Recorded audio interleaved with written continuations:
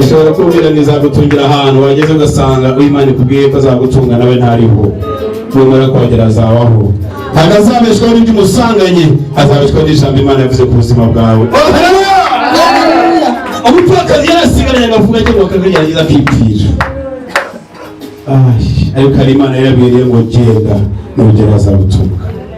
Akimara kuhagera kagafuka kayi ntabwo kashizemo, n'amavuta ntabwo yashizemo. Imana imivugire yayo iratangaje, imikorere y'Imana iteye ubwoba. Ipfa kuba hari icyo yavuganye nawe, ipfa kuba hari icyo yakubwiye. Hagarara mu masezerano y'Imana, hagarara ushikame, hagarara ukomere, kuko ku mutima ntiwihebe. Imana yavuganye nawe irahari, Imana itabeshya.